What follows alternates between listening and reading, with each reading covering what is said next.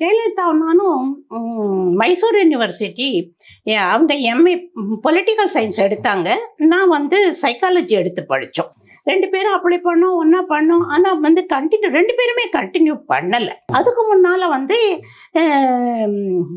தாய் பத்திரிகை எம்ஜிஆர் நடத்திருப்பது அப்போ இவங்க தெரியுமா? அப்பவும் தெரியும்.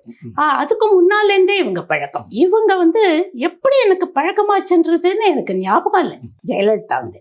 ஆனால் ரொம்ப நெருக்கமாக பழகணும். நிறைய விஷயம் சொல்லுவாங்க. நிறைய நிறைய போயிருக்கேன். உள்ளார்ந்த விஷயங்கள்லாம் சொல்லுவாங்க. அவங்க நடந்த சண்டைகள்லாம் தெரியும். அவங்களுடைய கோபங்கள் தெரியும். அவங்க வருத்தங்கள் தெரியும். அவங்க ஷோன்பாபோட இருந்தது எனக்கு தெரியும். நான் இங்கேருந்து நான் போய் ஜெயலலிதா பார்த்துட்டு ஆஃபீஸ் போவாங்க. அங்கே போய் ஒரு 1/2 hour ஸ்பெண்ட் வருவேன்னா வாசலில் அழகாக வெயிட் பண்ணிட்டு இருப்பாங்க போர்ட்டிகோல. அப்போ தனியாக தான் இருந்தாங்க. அப்போ சினிமாவில் இல்லை அவங்க. அப்போ எம்ஜிஆரோடையும் இல்லை அவங்க. தனியாக தான் இருந்தாங்க. பிங்க் புடவை கட்டினாங்கன்னா உடம்புலாம் அப்படியே பிங்காக தெரியும். லைட் எல்லோன்னா லைட் எல்லோவாக இருப்பாங்க.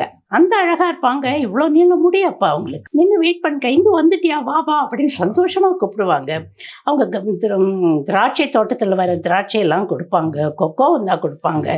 என்ன வந்தாலும் சாரீ போட்டுக்காங்க. பர்த்டேக்கு புக்கு ப்ரெசென்ட் பண்ணுவோம். அங்கேயாவது இவ்வளோ ப்ரெசென்ட் பண்ணியிருக்கோம். அவ்வளோ பழக்கம் எனக்கு அவங்க.